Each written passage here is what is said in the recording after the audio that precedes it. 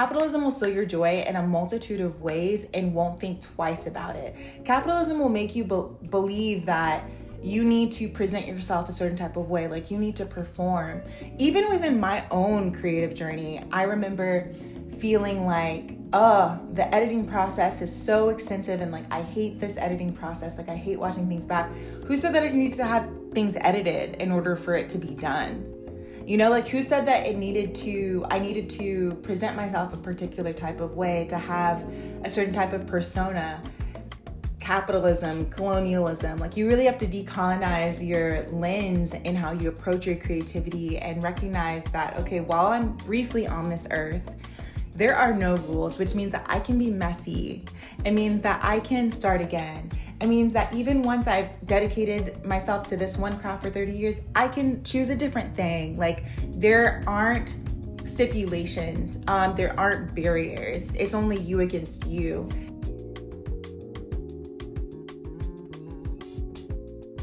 What's up, YouTube? What's up, YouTube? It's Black History Month. So yes, I can do whatever the heck I want to do. I can sing, I can dance. The ancestors fought for my right to be able to cut up on YouTube. Before we get into the video, you already know I'm looking for my incense for my sage.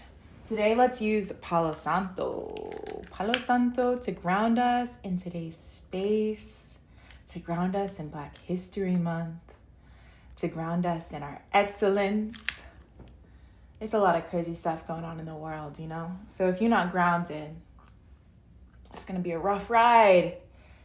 It is going to be a rough ride. And I like just the process of burning stuff. Like I like to see the smoke. I like to just, it helps me connect with my intuition, girl. It helps me connect with my intuition.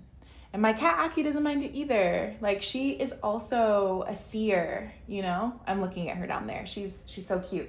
Okay, so now that we've grounded ourselves, we're gonna put that back. I hope that you have tea. I hope you have coffee. I hope you're having a great day today. Today's conversation is gonna be centered around creativity, around beginning again, around all the things we love to chat about on this channel.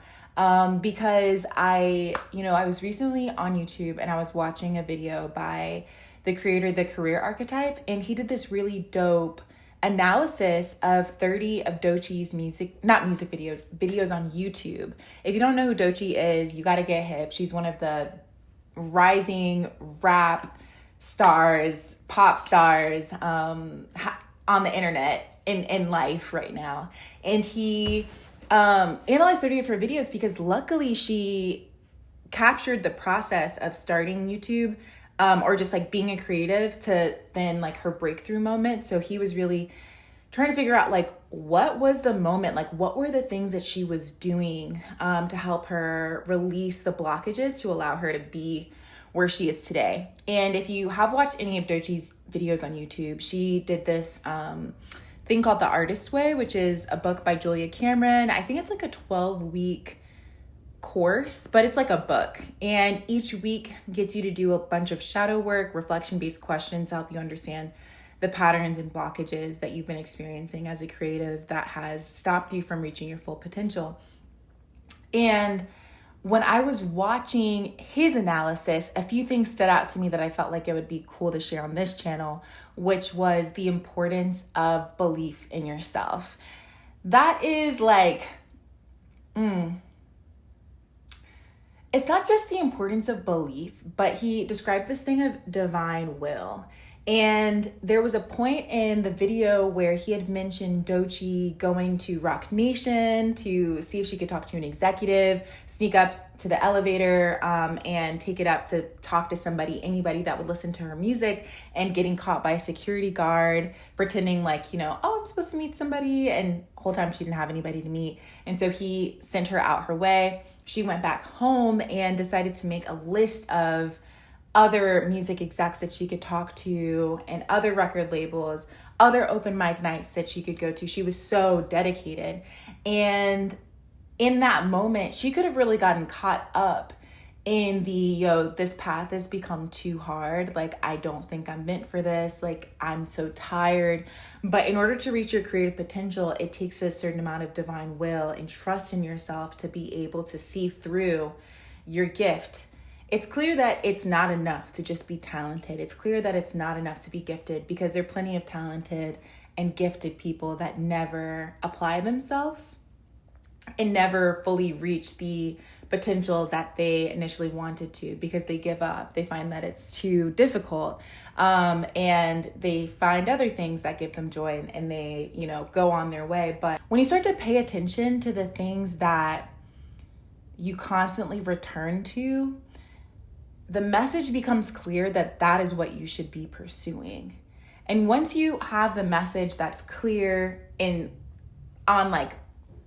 on the bulletin board or on the billboard that says, yo, this is the direction, it's really hard to deny yourself of pursuing that. But it is really, really, really, really, really easy to get caught up in the, I'm not ready, this isn't working, like, I'm tired. So much of becoming the creative mastermind, or like applying yourself creatively, is the understanding that there are no rules. There are no rules. There are no rules.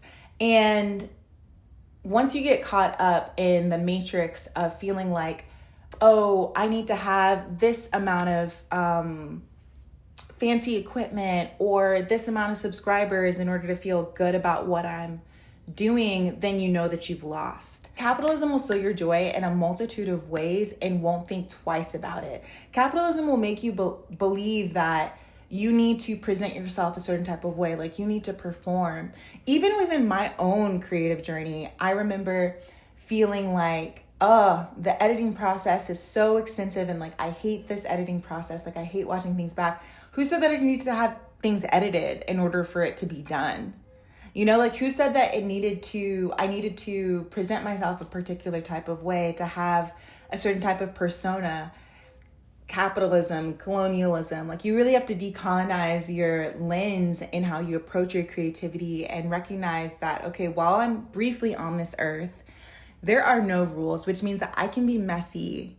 It means that I can start again. It means that even once I've dedicated myself to this one craft for 30 years, I can choose a different thing. Like, there aren't stipulations. There aren't barriers. It's only you against you. And I think a lot of creativity is also about frequency and aligning yourself to a vibration that speaks to your belief in yourself. So when you're thinking of pursuing, let's say, cooking, right?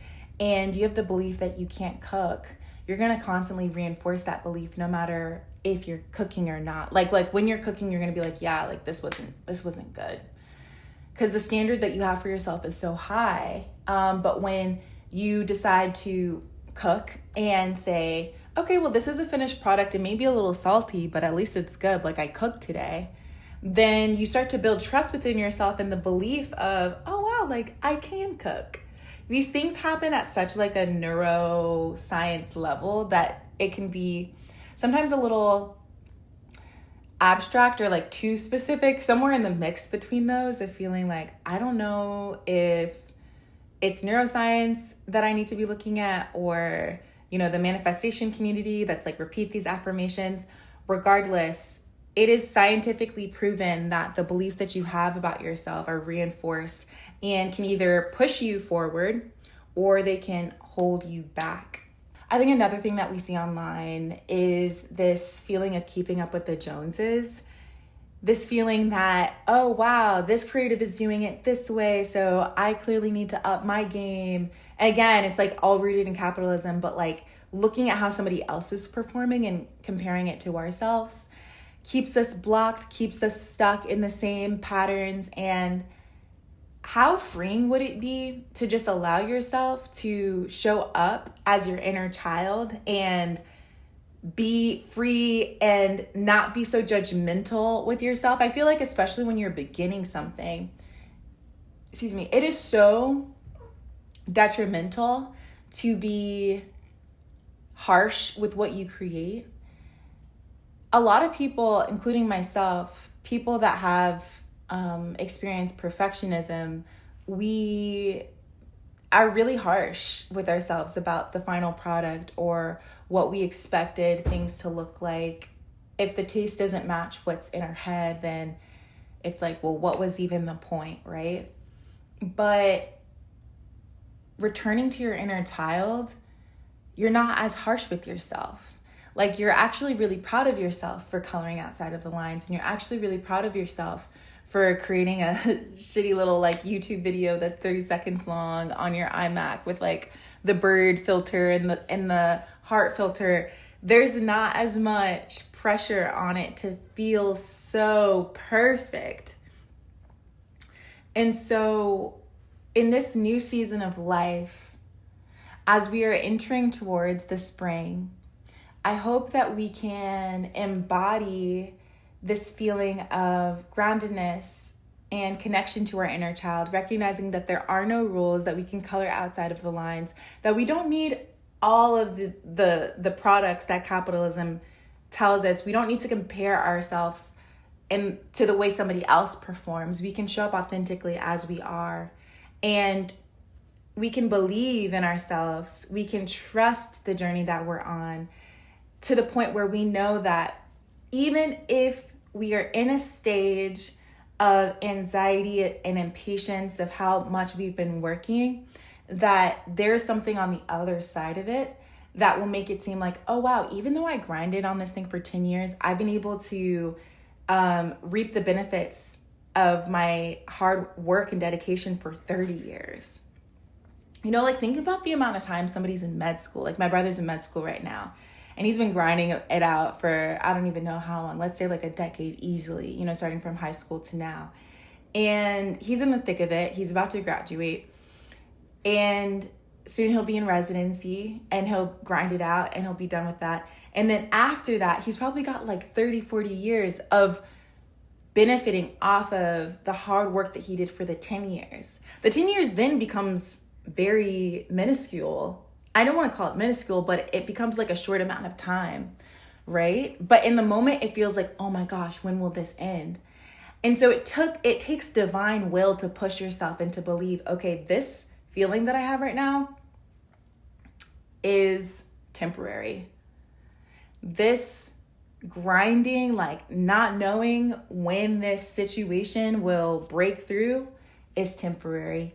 And going back to connecting this all back to the original video, looking at Dochi's journey, you can see that this journey, maybe it was, let's say, for lack of, I don't know if it was like 6 years, 8 years, 10 years that she was grinding, but now she has created a legacy name, like a legacy house, off of her dedication to her craft that will be forever standing. Like, she won best rap album, or was it either best rap album or album of the year?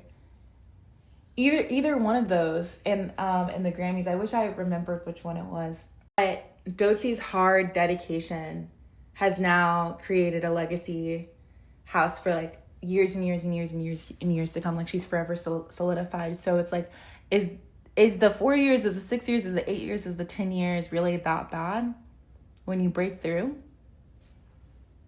I don't know. This kind of felt a little ranty. I don't mind it, to be honest, because again, it pushes me to decolonize my views around performance and showing up here on this digital space.